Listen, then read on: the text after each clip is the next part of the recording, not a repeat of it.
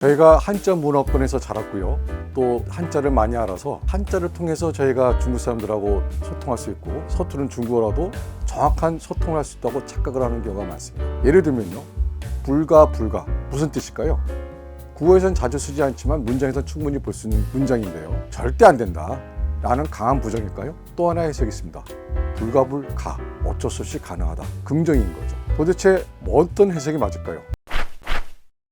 맥락에 따라서 다르고요. 말하는 사람의 의도에 따라 달라집니다. 저희가 월드컵 때 필승 코리아를 외쳤습니다. 만약에 중국하고 경기를 하는데 필승 코리아를 외치면 중국 사람들의 반응은 어떨까요? 뭐지? 이 한국 사람들이 우리나라를 응원하네? 라고 생각할 겁니다. 왜요?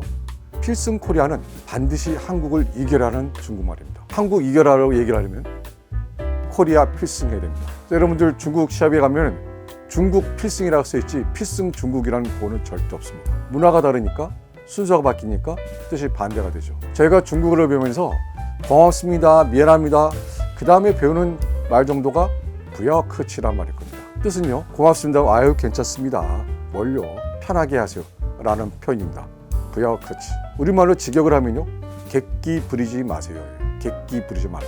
저희 나라는 객기 부리지 말라는 말이 무슨 뜻일까요? 건방지고 막 어깨 힘주고 허풍 떠고 이런 걸 객기라고 안 합니까? 객기 부리지 말아야 객기를 또 정확하게 한글로 풀어보면 손님 객자에다가 기운 기자, 손님 티, 손님 행세를 말합니다.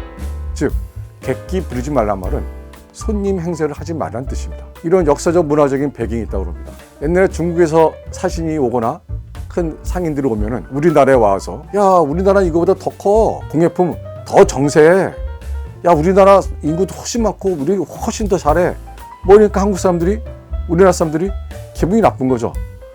저 친구들 허풍도 많이 하고 너무 잘난 척하고, 그래서 그런 사람들 보고 참 손님 티 내네, 객기 부리시네 라고 얘기하는 겁니다.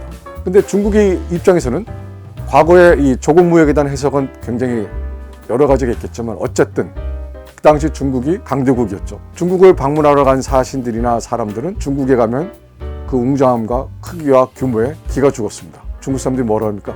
아이고 그렇게 겸손하지 말고 편하게 하세요. 손님 티 내지 마세요. 편하게 하세요. 그게 바로 중국 사람들이 객기 부리지 마세요입니다.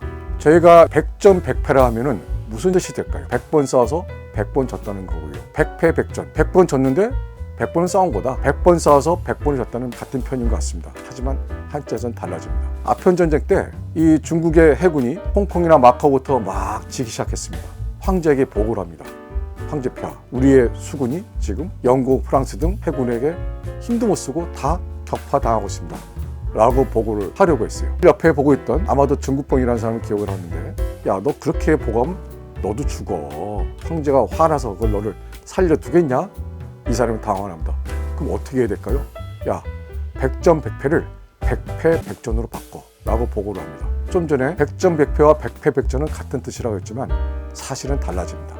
서구식으로 보면 같은 뜻이죠. 하지만 중국식으로 보면 달라집니다.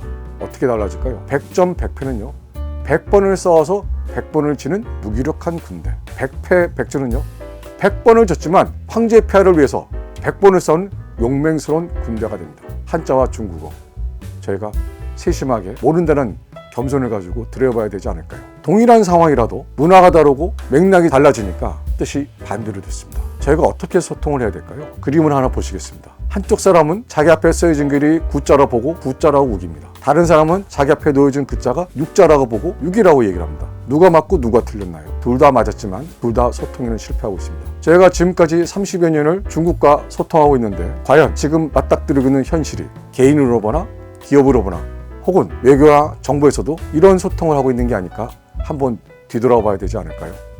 감사합니다.